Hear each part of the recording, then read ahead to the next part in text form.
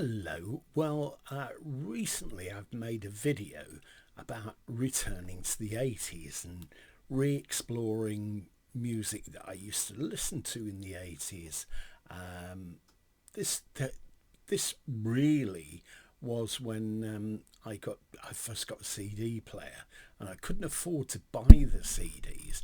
So what I used to do was I'd rent them from a local library.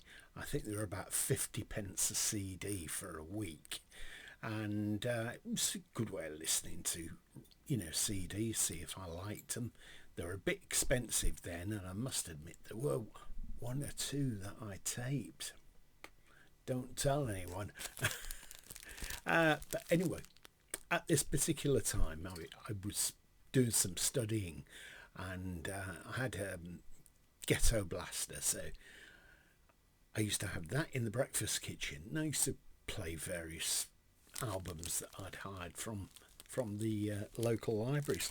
And here's two. Now, these are obviously aren't the ones from the library actually, because later on I bought them. The first one, let's just check this. I think they're both on. Yeah, they're both on WEA label. Matt Bianco. I absolutely loved this album. You can see I've transferred it into a plastic wrap because it saves time. Yeah Yeah, which is cover of the Georgie Fame hit.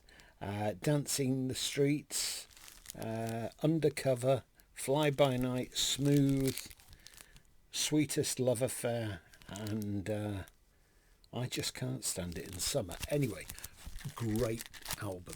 Absolutely great album. Love their sound. Now, both of these albums, I'm told, have been re-released. I think remastered, tinkered about with.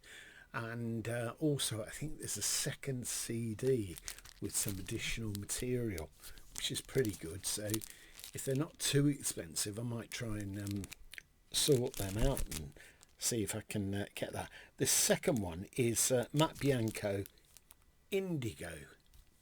And what's on this? Don't Blame It on That Girl. That's great. Nervous, Slide, Say It's Not Too Late, Wham Bang Boogie. There's an extended mix of that I've heard, and that's really good. It annoys some members of my family, but there you go. I put up with their annoyances. R&B, Hanging On, Jack of Clubs, Indigo, Don't Blame It on That Girl, 12-inch mix, and Good Times, the Miami mix. So, pretty good. I'm going to carry on looking at 80s albums that I probably overlooked for some time, and revisit them and have a listen to them and see if they're still as exciting as I remember. I think at the time to buy CDs then, I think it was something like about $12.99 or $14.99 for a CD, something ridiculous like that. But as far as I was concerned, that was too much money. Too much money.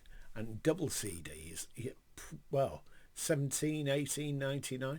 Mind you, people buy these LPs now, vinyls as they call them. Oh, it drives me nuts that when I hear people saying I've got a collection of vinyls and they're 30-gram pressings, and I say to them, what do you play them on?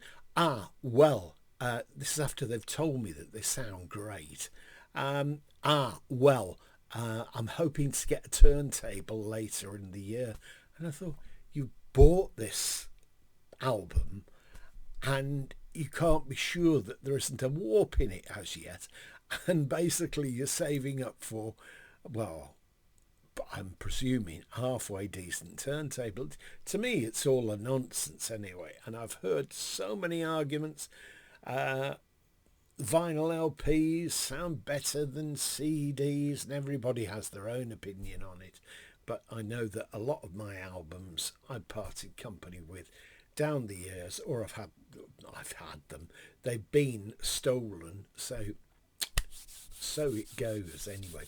So I shall be playing these two albums this weekend, and then looking towards a couple more CDs from the 80s that I've not played for a while.